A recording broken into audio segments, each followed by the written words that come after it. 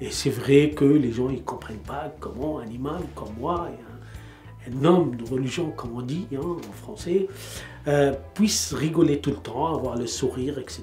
Parce qu'ils ont toujours des schémas. L'homme, le pauvre là, qui a fait des sciences islamiques, va être en fait complexé, c'est une catastrophe. Non, pas du tout, pas du tout. Moi, je suis Monsieur Abdesalem Sami. Je suis tunisien, italien, français, d'une mère italienne, de confession juive qui s'est convertie, d'un père tunisien qui a vécu toute sa vie en Belgique, fait des études là-bas. J'ai fait mes études en mission en Tunisie. Depuis ma naissance, j'étais fait pour être que enseignant. J'ai un parcours atypique, très bizarre, mais très riche quand même. J'ai fait mes études en Arabie Saoudite, les sciences islamiques quand même.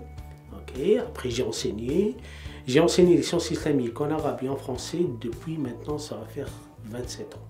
C'est pour ça que j'ai plus de cheveux. Vous voyez, voilà. Et le destin a voulu qu'effectivement je me retrouve à Paris. Et voilà, en fait, à Paris, j'ai fait mes études, j'ai fait des sciences histoire, des sociologie. Et enfin, je suis psychanalyste, praticien, spécialité en France. Voilà, j'ai mon cabinet à Paris, 2006. 2003, j'ai débarqué dans une radio, France Maghreb, à Paris, et depuis, j'y suis avec mon émission phare, c'est Parler Islam, la plus célèbre d'ailleurs. Voilà.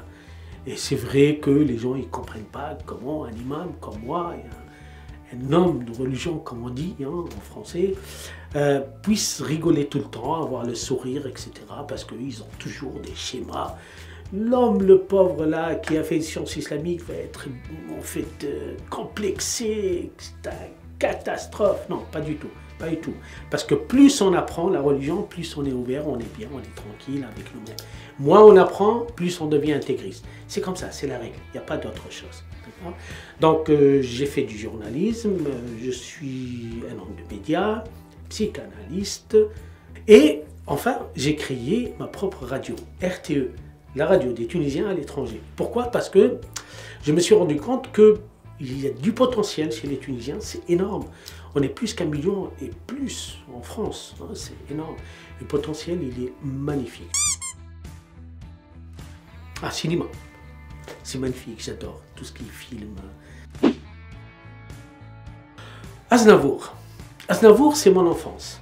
Je me retrouve en lui et je me rappelle très bien lorsque on était enfant, en fait, on écoutait Aznavour, voilà, avec cette mélodie, avec cette voix, avec cette posture, il est magnifique. Et aujourd'hui, je me retrouve rechanter. Il est magnifique. Les deux. Il ne peut pas y avoir un passé sans futur, il ne peut pas y avoir un futur sans passé. Moi, j'aimerais bien rajouter le présent quand même, parce que c'est important. L'être humain, il est composé de 3 temps. Si on retire un temps, il y a quelque chose qui ne va pas du tout. Je suis plutôt dans la réaction. Bonne question. J'attends que l'autre agisse pour réagir. J'adore composer sur l'action, parce que c'est important. L'action pour moi, c'est une source d'inspiration. Ça me donne en fait le temps pour réfléchir, pour que je puisse réagir en fait en fonction. Oh là là, en fait, si vous demandez cette question à mes enfants, c'est mayonnaise. Si vous demandez à leur père, de la première génération, le blédard comme on dit, non, Larissa, je peux pas, non, c'est impossible. Non, sans harissa, moi je peux pas vivre. Lorsque j'étais écolier, le matin, je mangeais de l'harissa. Le midi, je mangeais de l'harissa. Il y avait du pain, de l'harissa, un peu d'huile. Boum, c'était magnifique. Voilà, on ne se plaignait pas du tout, pas comme aujourd'hui. Parce que mayonnaise, quand même, il y a un problème. Ah, tabouna. Mais parce que la tabouna, c'est la main-d'œuvre. C'est cette femme. C'est la ferme où j'habite, où je suis toujours, où j'ai vécu toute ma vie avec Khalti Chadlia qui vraiment préparait, qui sacrifiait, qui se levait tôt, qui nous préparait, et surtout la tabouna bien cuite. Oh là là, avec l'huile d'olive. Non mais attendez, je m'en fiche moi, je laisse tout à côté, je mange ça. Là je suis habillé en rouge.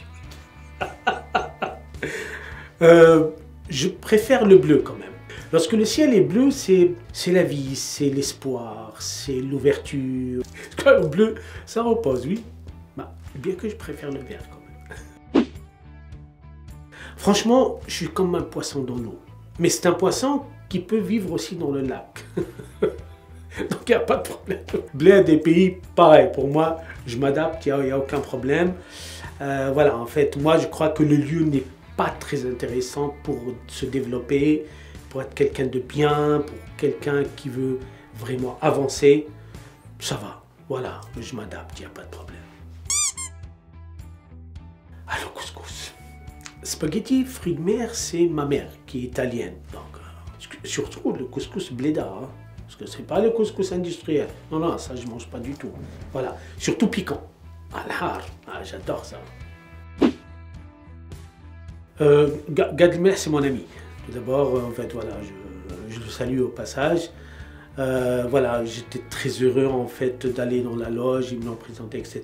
Depuis qu'on est devenus amis, parce que quelque part en fait, j'ai fait une expérience très riche. J'ai arrêté, j'ai travaillé beaucoup avec les autistes. Donc, puisque Gad il s'occupe aussi, il parraine beaucoup d'autistes, etc. C'est là où je l'ai retrouvé. Gad, c'est une intelligence, mais... La Tunisie, c'est le soleil. La Tunisie, c'est la source de vie pour moi. La Tunisie, c'est l'avenir. Oui, oui, je suis très optimiste. Malgré tout, ça décolle, c'est inquiétez-moi. Je suis plus que certain. Et la beauté et la grandeur, c'est la grandeur, hein, il faut bien le dire, hein, c'est très important. Voilà, j'ai découvert la France par ses plaines, par ses montagnes, par en fait ses plages, par ses... c'est magnifique, c'est vaste, c'est beau, c'est bien fait, etc.